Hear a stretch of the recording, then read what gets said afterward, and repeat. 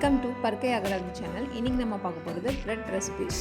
இந்த ரெசிபிக்கு பார்த்தா நம்ம பன்னீர் மசாலா ஒன்று ரெடி பண்ணுறோம். அதுக்கு வீட்டிலையே பன்னீர் ரெடி பண்ணியாச்சு. ஒரு வெங்காயமாக சின்ன சின்னதாக நறுக்கி வெட்டிக்கலாம்.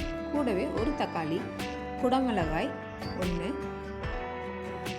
பச்சை மிளகாய் காரத்துக்கு, ஒரு கடாயில் எண்ணெய் ஊற்றி நம்ம சீரகம் ஆட் பண்ணி வெங்காயம் பச்சை மிளகாலாம் போட்டு மஞ்சத்தூள் மிளகாய்த்தூள் எல்லாம் போட்டு வதக்கி எடுத்துகிட்டு கடைசியாக தக்காளி போட்டு கேப்சிகம் கார்ன் கொஞ்சமாக கூடவே நம்ம ரெடி பண்ணி வச்சுருந்தா பன்னீர் ஆட் பண்ணி நல்லா மிக்ஸ் பண்ணி விட்டுக்கணும். இது ஒரு 2 மினிட்ஸ் லோ ஃப்ளேமில் வெந்ததுக்கப்புறம் நமக்கு மசாலா தயாராகிடும். கடைசியாக கொத்தமல்லி தூவி ஸ்டவ்வை ஆஃப் பண்ணிடலாம். இந்த பன்னீர் மசாலா ப்ரெட் மேலே ஸ்ப்ரெட் பண்ணிவிட்டு சீஸ் ஆட் பண்ணிக்கலாம், துருவின சீஸ். அதுக்கப்புறம் இந்த சாண்ட்விட்சை நம்ம ரெடி பண்ணிடலாம். இதுக்கு மேலே பட்டர் கோட்டிங் கொடுக்குறேன். இப்போ தவாவில் பட்டர் சேர்த்துட்டு இந்த ப்ரெட்டை நம்ம நல்லா டோஸ்ட் பண்ணி எடுத்துக்கலாம்.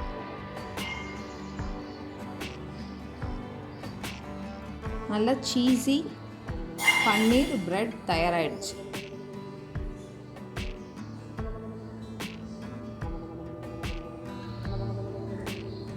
நெக்ஸ்ட் ப்ரெட் பேட்டி. இந்த ப்ரெட் பேட்டி எப்படி செய்கிறதுன்னு பார்த்தீங்கன்னா, அதே பன்னீர் மசாலா ஸ்டஃப்பை இந்த ப்ரெட்டுக்குள்ளே வச்சு ஃப்ரை பண்ணி எடுக்கணும்.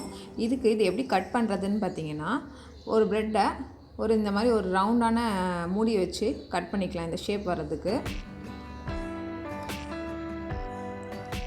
இந்த மாதிரி கட் பண்ணி எடுத்துகிட்டு இதுக்குள்ளே நம்ம மசாலாவை ஆட் பண்ணி ஃப்ரை பண்ணி எடுத்தால் நமக்கு ஒரு டேஸ்டியான ப்ரெட் பேட்டி தயாராகிடும்.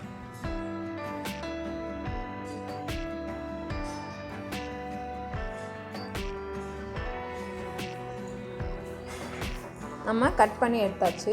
இப்போ இதுக்குள்ளே நம்ம ஸ்டஃப்பை வச்சு பொரிச்சு எடுத்துடலாம். இந்த 2 ரெசிபி ட்ரை பண்ணுங்கள். நன்றி.